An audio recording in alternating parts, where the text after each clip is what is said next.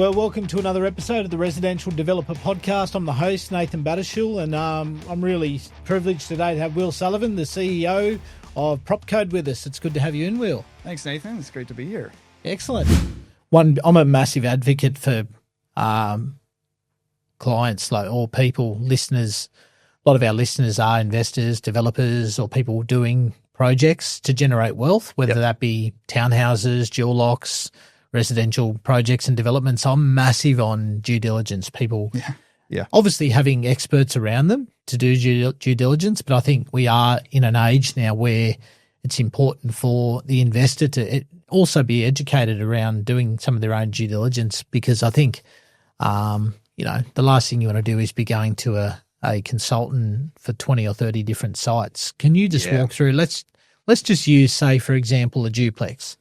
As an example, because I think a lot of our listeners are doing residential projects, whether it be duplexes, dual locks, townhouses. Let's just use duplexes for example. So let's just say they're looking to do their own project. They're in the process of site acquisition. So they might be doing a combination of on-market, off-market, looking at on-market, off-market sites. How does that work? How does that work with PropCode? Can they what will this report show them, or what will this software pull up for them when they're looking at a site so they know whether it's permissible, not permissible? Yep.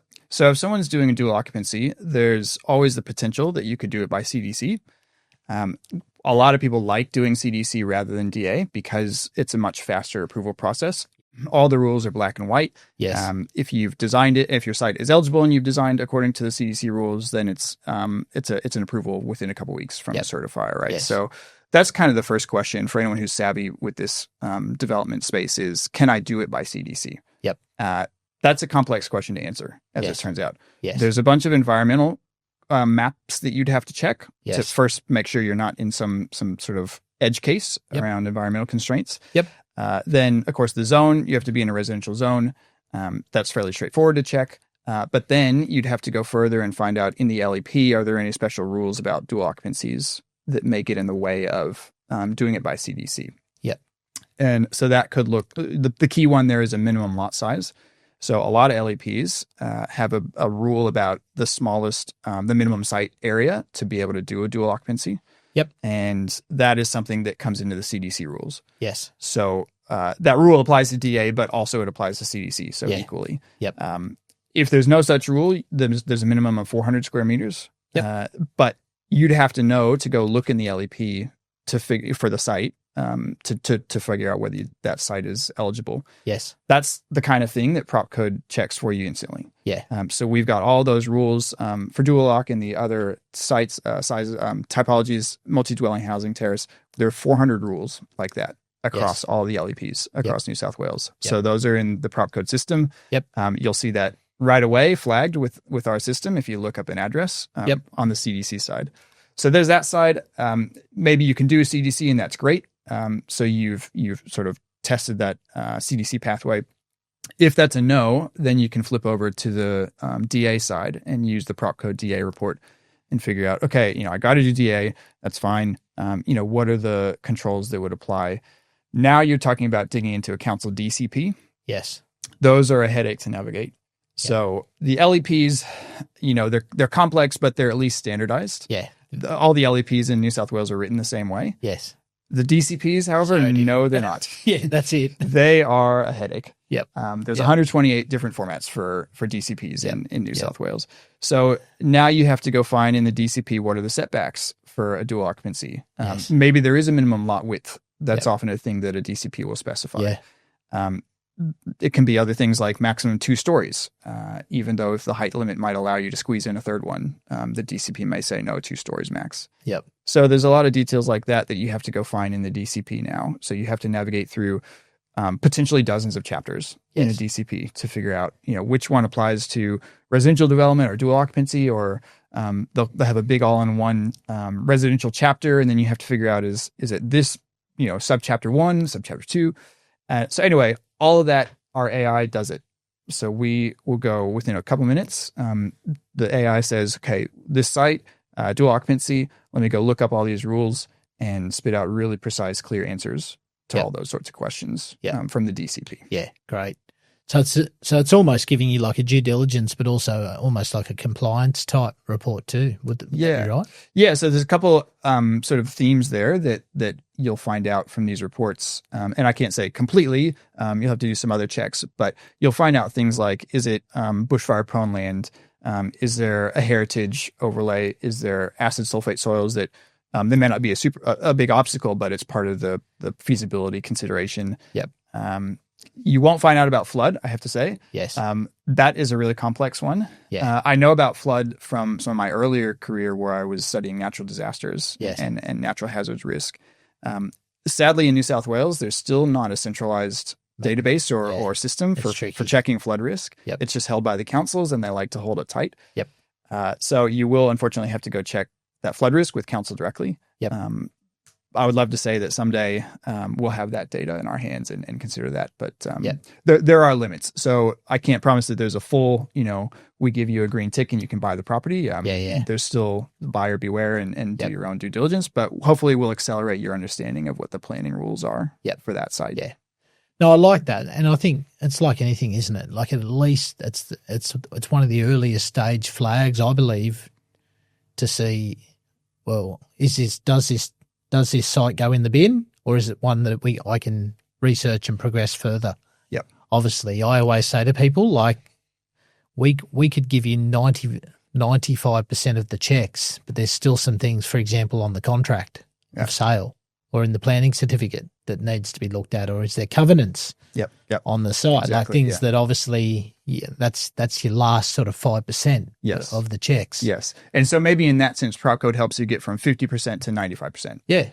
So we're not saying you do 100%, but for a really low cost, you can find out the really critical things earlier on. Yeah, which is good because I think it saves people running down a rabbit hole on a site that straight away you pull things up. Like I often, unfortunately, see where someone's gone on board a site that doesn't meet the minimum lot size, or they've just seen a duplex that was built next door 20, 30 years prior, so they've just assumed I can do it. And sadly, people do that. They'll see, there's three townhouses on this same street. They forget they were built 20 years ago. Sure. Yeah. The code, the DCP, the LEP could have changed twice over from there.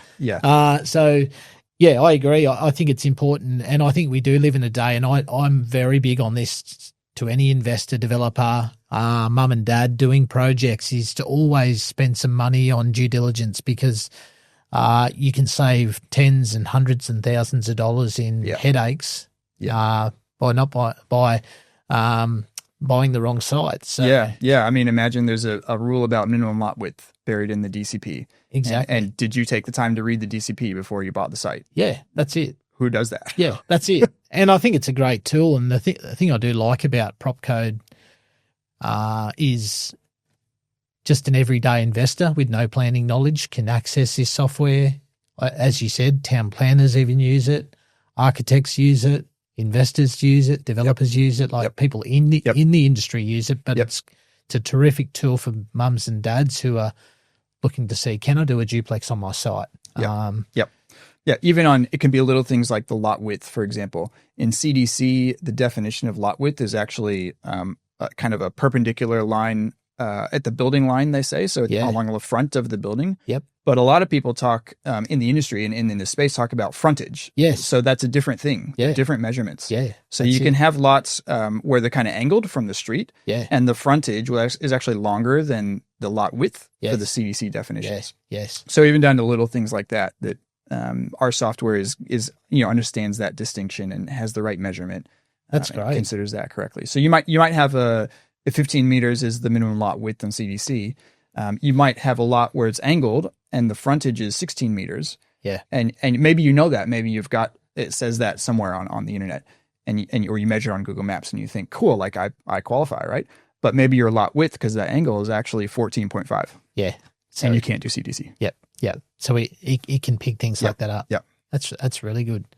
We're really privileged to have Melissa from Moss Ross Property. And look, today I really want to hone in and talk a lot about location, because location is such a vital part of any investor or developer's journey. Obviously, our audience are investors, developers, or people passionate about doing investment and development.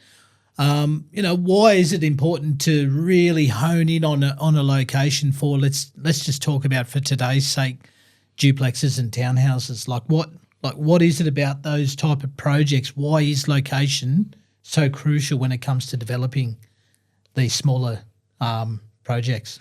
Okay, so location is pretty much the first thing before you can even move forward in securing a property is determining which location is actually feasible. So most people see some locations that have a lot of duplexes, a lot of townhouses. They see them going on, and they chase these areas, but the numbers most often don't work in many places.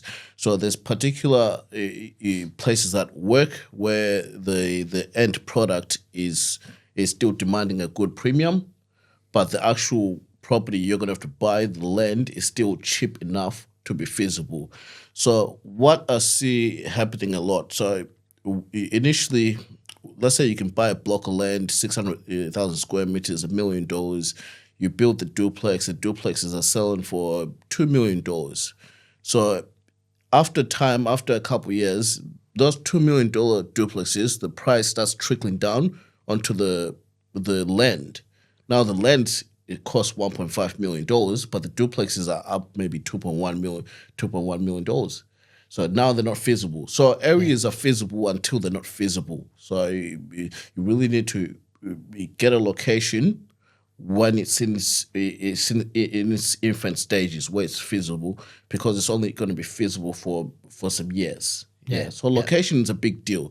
It's something you really need to look at, because you can't move forward until you determine which location you're looking at. Yeah. Yeah, and I guess you're right, aren't you? Like sometimes, sadly, some people are too late to the party. They're too late to the party when it comes to sourcing a location. There might be a year or 2 years, 3 years too late. Yes. As an example, we had a client with a meeting just yesterday, right? So they have a particular area they've been looking at. They really wanted this area. I told them a while ago the area doesn't really work. So I had to sort of show them why it doesn't work. Because they came to me and said, but there's a lot of townhouses, a lot of duplexes there. So when you see this, most people have to realize, when you see these new duplexes, new townhouses, these properties were bought mostly 3 years ago. Yeah. Different market, different prices. Yeah. Yeah. So if you see something getting built now, it was bought a long time ago. So you need to get into places where you're in the early stages. You can't be coming into something that's already established, because it's already priced high. The new product price ends up trickling down to the old stuff. Now everything ends up worth a lot of money, and there's just no room to make money. Yeah. There's just no room. Yeah. Yeah. And look, it'd be interesting to know, have you got a couple of top factors, whether it's a top three or some top factors that come into play when it comes to what makes a location terrific or profitable when it comes to doing duplexes, townhouses, smaller residential developers? What are some top three factors that you've discovered, or some top factors that you've identified? Okay, so the main factor you want to look at is the end product. So that's number one. You can't move further until that's done. So you want to make sure the end product sells for a premium. So we all know how much it's going to cost roughly to build it, but does the end product sell for a high premium where it leaves enough room to make profit? That's number one, right? Number two, you need to find out how much the average property there sells for. If the average property there sells for close enough to the end product, you're most likely not going to make much money. So that's number two. And the third thing, you need to find out how much of these properties even exist. If there's only about 8 or 5 in this area, it's going to be a problem. So you really need to find out those three things, then you know where to move. If it passes those three things, that area is fair game. Yeah. Excellent. And look, it'd be good just to get a real life scenario. Like, have you got obviously you don't have to give us an address, but maybe a suburb or an area where you just had a location just played a massive role. It was a game changer in terms of the success of that development, the end product, the profitability. Like, have you got a site you can talk about? Yes. So I'll talk about a site in a particular area. So the Rural is a great area, right? I'll talk about this area a lot for now. So their end products is sell at a premium. So you're getting duplexes through Redmond Street. There's Redmond Avenue, Lawrence Hargrave. Those particular streets that are closer to the water, and where the property we're looking at on Harbord Street as well. So very premium areas, right? So duplexes there are selling for $3 million or so, and average properties are selling at $2 million. So you're able to get a property anywhere in that area for around $2 million, which is the average market price. So you don't have to underpay. You can pay the average market price and you can make great profit. So those are areas where at the moment they're working. Areas like the Rule and Taraji is another great area. Austin Mart is a great area. Winona, those are great areas. Yeah. Yes. And what is it about? And obviously, there's different locations across all of New South Wales, especially on the East Coast. Like, what is it? What are some key factors that make locations terrific? Like, are we talking close to water, close to schools, close to shops, close to cafes? Like, what are some things that you've found, like common trends across? Obviously, you do acquisition across all of New South Wales and even interstate.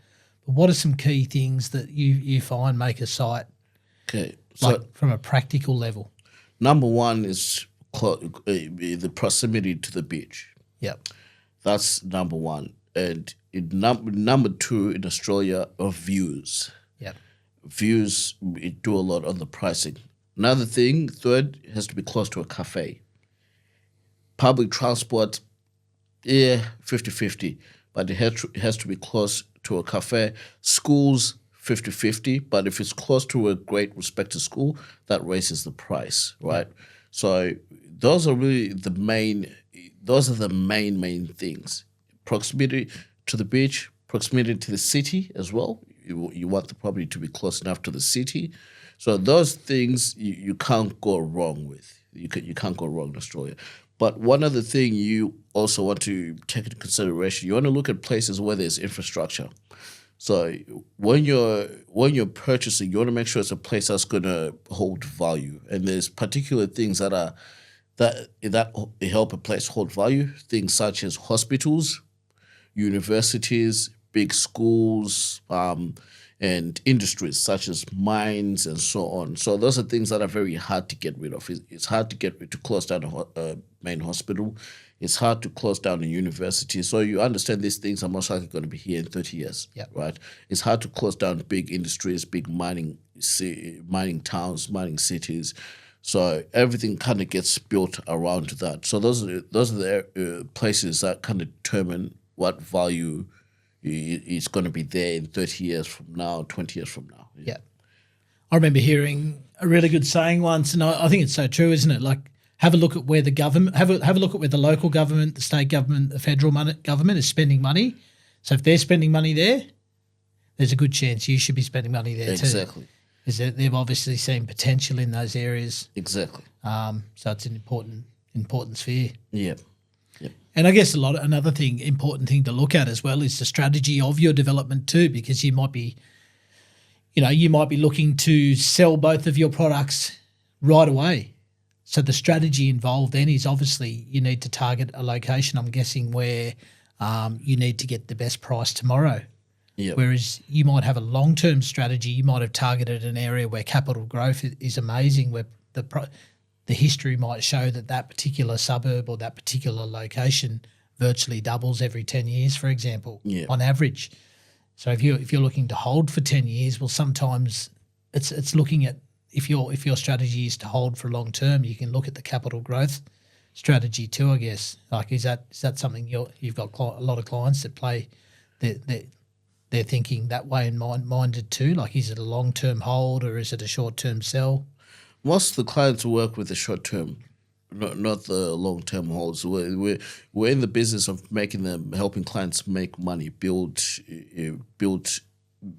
cash flow and money and so on. So most of the people we deal with, they want to make money in the next year after, and keep it growing, right? Yeah. So those most people would deal with. Yeah. For me, a good investor and developer should always be engaging great people to lodge and manage your DAs, because I think it's key to have good people looking after that space. As you always hear me talk about the fact that you don't want to be a micromanager. You don't want to be someone who is trying to push things yourself. But I still think it's important as an investor and as a developer doing residential projects to understand the process and to be educated on the process, because I think some people have unrealistic expectations on the process of a DA.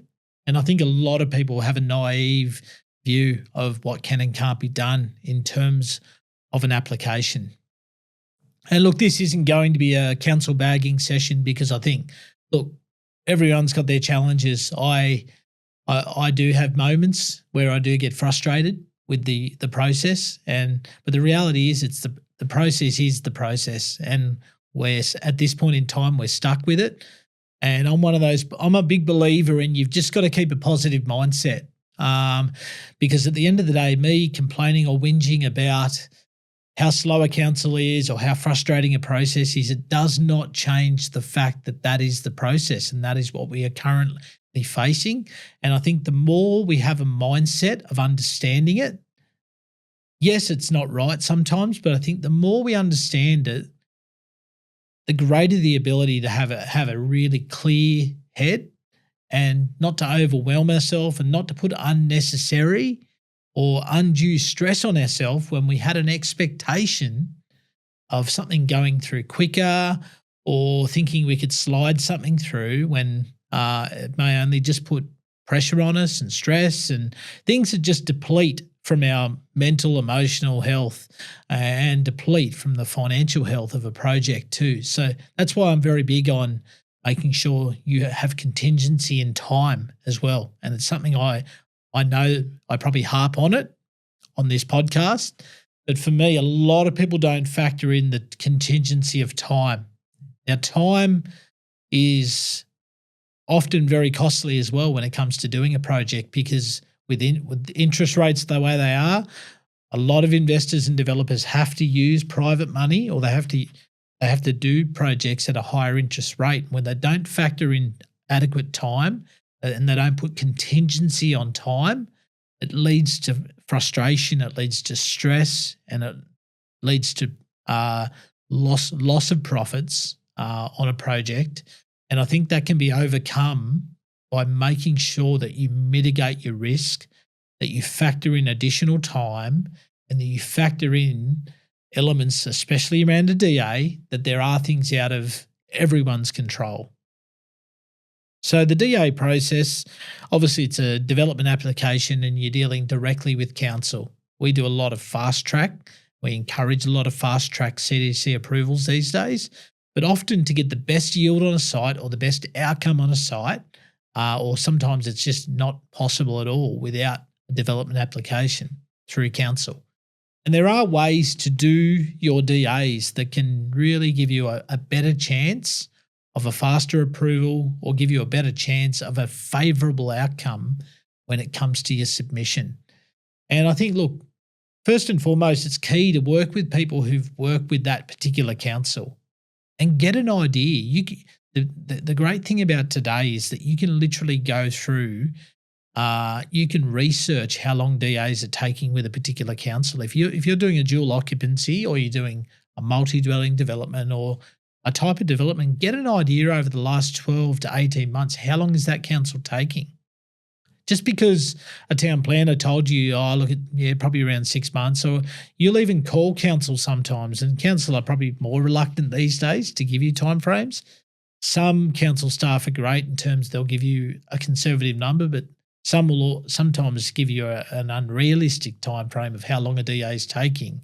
They might tell you, it's taking anywhere from 3 to 4 months, but then you go and do your own research and you'll see that the average DA is taking 11 months. Well, you know straight away that feedback you've been given of 3 to 4 months is completely inaccurate. So you're better off looking at the average DA and then add a little bit of contingency on it. Anything on top of that then is upside, it's bonus. But then you've got to look at, you might look at the history of DAs and see a lot of DAs, there could be a lot of DAs, for example, taking 10 months.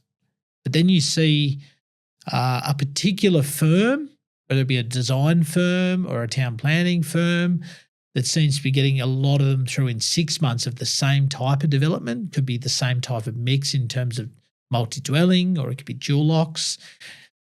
So then you can do a bit of research and you can find out, okay, why are they getting their DAs through 3 months on average quicker? And don't just look for one, but look for a history, a trending history of that. There could be a reason why, and a lot of it can be due to the fact that there could be a highly experienced team. They could be a team that just have a great relationship with that council. They've taken the time to understand and know how that council ticks, understand what their pet peeves are, the things they do like to pick on, the things they do like to look at. Looking for a firm that documents the plans and all the documentation comes the way the council likes to see it, to avoid unnecessary RFIs, requests for information. There's so many little things you can look at just by doing your research and understanding and making sure you're going in with your eyes wide open. And we talk a lot about due diligence in terms of finding a site, but also it's important to do your due diligence on that council. Do your due diligence on the things they really push back against, but do your due diligence on the community too. Is that particular suburb, is that particular street a street where there's objections, a lot of objections? You could have a great site and it could be a site that's really highly profitable, but you might look at that street and say, look, there's been 4 projects that have gone to environment court that fairly well complied, but were littered with objections.